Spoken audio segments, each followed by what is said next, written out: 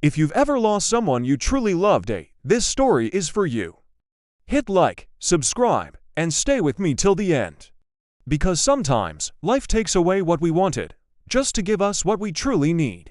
I never thought love could end with a classified ad. It started like any other Friday. I was coming off a 2-week shift in Fort McMurray. Covered in grease, dead tired, but excited. Our 1-year anniversary was tomorrow. I'd been saving for 3 months, skipping lunches, taking extra shifts.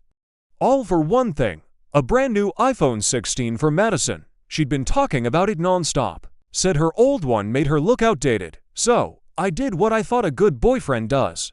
I made it happen. $1,499. It hurt my bank account, but I didn't care. Because when you love someone, you don't count the cost. I remember walking into that Apple store, smiling like a fool. The guy at the counter asked, "Big day," I said. "Yeah? My girl's gonna flip when she sees this." He grinned, and I felt proud. I even had it engraved, for Maudie, my forever. That night, I wrapped it in a silver box with a red ribbon. Wrote a card, nothing fancy, just honest words. "Thank you for making my life brighter. Love, Ryan." Next morning, I drove to her apartment. She opened the door in one of my flannels, smelled like coffee and vanilla. "Happy anniversary," she said, smiling.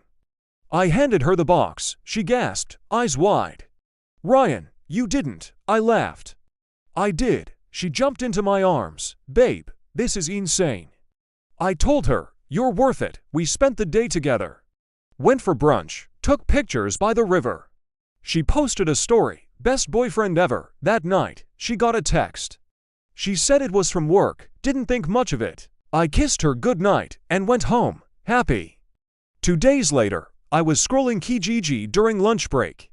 Just looking for a used tool set. Then, I saw it, an ad that froze my heart. iPhone 16, brand new, engraved, trade for 2 VIP tickets to Drake. My stomach dropped. I clicked the ad, zoomed in on the picture. There it was. The engraving, "For Maudie, my forever." I couldn't breathe. At first, I told myself it was a coincidence. Then I saw the username. Maudie_loves music. My hand shook so bad I dropped my coffee.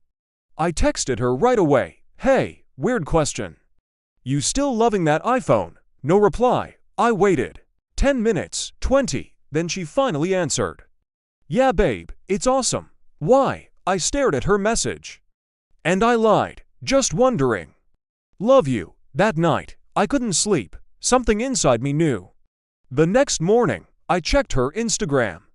New post, front row selfie at the Drake concert. 2 VIP lanyards around her neck. Next to her coworker, Jason. The caption, "Best night ever." I felt like someone had hit me in the chest. I sat there staring at my phone until the screen went black. I didn't cry right away. I just went numb. Then, slowly, the anger came. How could she? How do you trade love for something that fades in 3 hours? I called her. She didn't pick up. So I drove to her place. Her car was there. Lights on. I knocked once. No answer. I knocked again. Then the door opened. Jason stood there in his hoodie. "Ryan, man. Maybe it's not a good time." My jaw locked. "Where's Madison?" he sighed. "Just give her space, dude." That's when I heard her voice behind him. "Ryan, please don't make a scene." I froze. Everything I'd planned to say vanished. I just looked at her. She couldn't even meet my eyes. "Why?" I whispered. She didn't answer. Jason stepped between us. That's when I realized I'd already lost her. Not tonight, not yesterday, probably weeks ago. I turned around and walked to my truck. Didn't slam the door, didn't yell, just drove. All the way to the edge of town, parked near the river where we took that anniversary photo. And that's where I finally broke down. Everything I thought was solid, gone. All because I loved someone more than they loved me. I stayed there until sunrise. The sky was soft pink, like nothing bad had ever happened. But I felt hollow. The next few weeks were a blur. I went to work, came home, went to bed. Didn't talk much, didn't eat much either. My mom called, said I sounded lost. She was right. I was angry at Madison, but more than that, I was angry at myself for not seeing it coming, for thinking love could be bought with effort, I deleted her number. Blocked her socials, but the pain stayed. Every time I heard Drake on the radio, it cut like glass. One night, I threw the damn radio out the truck window, felt good for 5 seconds. Then I just laughed, a sad, broken laugh. I thought about quitting the oil field, leaving Calgary. But I didn't. Instead, I started writing. Little notes, pieces of what I felt. Didn't call it journaling, just surviving. After a while, I realized something. Pain has a strange way of teaching you what love isn't. Love isn't gifts. Love isn't posts. It's not what you show people. It's what you protect. And she didn't protect it. One day, 3 months later, I went into a small cafe downtown. New place, hadn't been before. The barista smiled at me. "Rough day?" she asked. I shrugged. Something like that. Her name was Laura. She made me the best coffee I ever had. And she didn't ask for anything in return. No pictures, no labels, just kindness. We started talking. Then meeting after my shifts. Turns out, she'd been through something similar. Her ex left her for someone more exciting. We laughed at how stupid that sounded. Slowly, she became a reason to wake up again. I didn't rush it. Didn't say I love you, not until I was sure. But when I finally did, I meant it differently this time. Not as a promise, but as a presence, and she said it back, quietly. That's when I knew, broken hearts do heal, not because time fixes them, but because kindness fills the cracks. I still think about Madison sometimes. Not with anger anymore, just gratitude. Because losing her taught me what love really is. It's not a concert, not a phone, not a show, it's peace, and I finally found mine. Life didn't change overnight, but it started to feel lighter. Each morning, I'd stop by Laura's cafe before heading to the rigs. She'd always have my coffee ready before I even said a word. Sometimes she'd draw a little smiley face on the cup. Funny how small things start to matter the most. We'd talk about music, books, and dreams we'd both given up on. She wanted to open her own bakery someday. I wanted to maybe, finally, buy a little land and build something real. Something that didn't fall apart overnight. She laughed when I told her I couldn't bake to save my life. Said she'd teach me, one burnt cookie at a time. Those little moments became my favorite part of the day. I didn't tell her much about Madison at first. Didn't want to bring ghosts into something new, but one night, she asked, softly, "What broke you, Ryan?" I looked down at my hands. They still had oil stains that never washed out. I told her everything, the phone, the tickets, the betrayal. She didn't interrupt, didn't pity me either. Just reached across the table and said, "That wasn't your fault," and for the first time, I almost believed it. We started seeing each other more. Dinners turned into weekends, weekends into plans. She came with me on a short trip to Banff. The mountains felt like therapy. Cold air, clean silence, no ghosts. We hiked until sunset. She took my hand as we watched the sky turn orange. I didn't say anything, but deep down, something in me healed that day. She didn't need to fix me, she just stayed, and that was enough. One night, I got a text from an unknown number.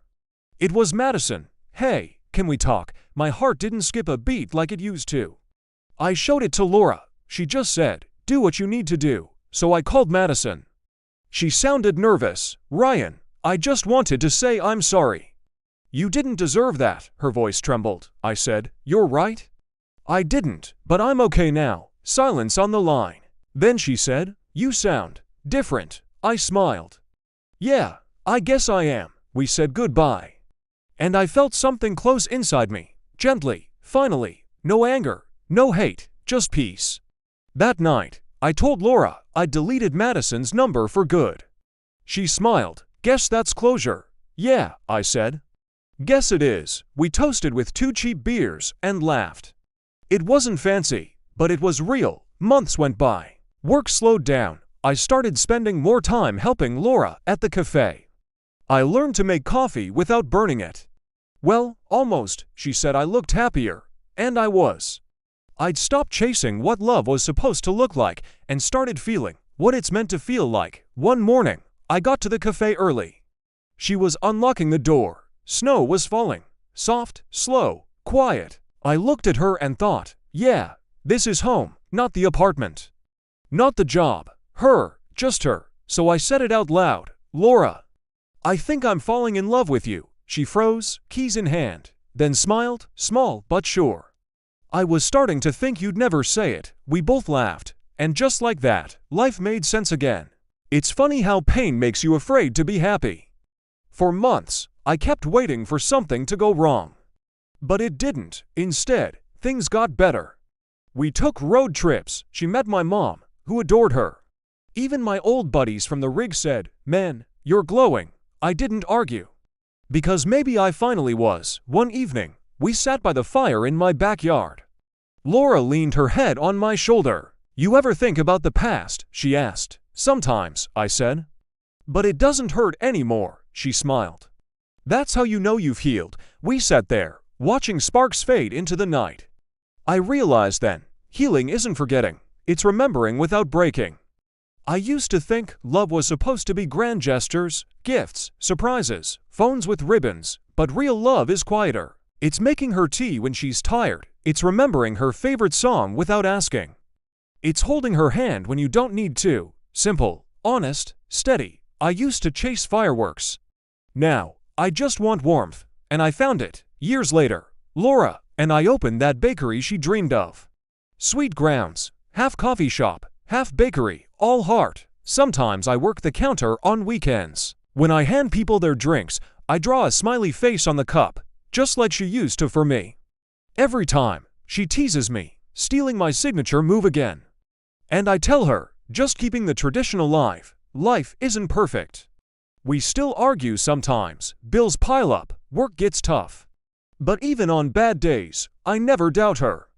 And she never doubts me. That's the difference. Trust, not because we're flawless, but because we learned what happens when it's broken.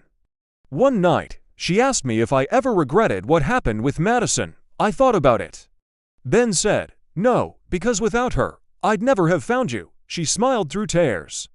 And for the first time in a long time, I felt whole. Sometimes life has to break you before it blesses you. And when it does, you finally understand what love means. Not forever promises, just everyday choices. The choice to stay, the choice to care, the choice to love. Again, so yeah. She traded my love for Drake tickets. But I traded heartbreak for peace, and I'd make that deal any day. Because in the end, I didn't lose, I learned. And that's the kind of story I tell anyone who thinks they lines never heal. You will, maybe not today, maybe not tomorrow. But someday, you'll look at someone new, and your heart won't hurt anymore. It'll just be thankful that you once loved deeply enough to break. And brave enough to love again. That's me.